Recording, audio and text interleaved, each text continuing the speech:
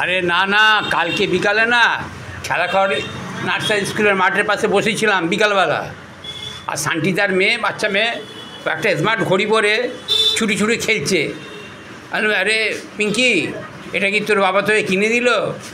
বলছে না, ডাক্তার কাকু বলেছে মাকে রোজ বিকালবেলা 1000 স্টেপ করে হাঁটতে, বুঝেছেন? তা সেই জন্যে মাকে বাবা কিনে দিয়েছে। আর রাত্রেবেলা মা এসে বাবা এসে দেখে মা কত স্টেপ হাঁটলো। তা তুই পড়েছিস কেন?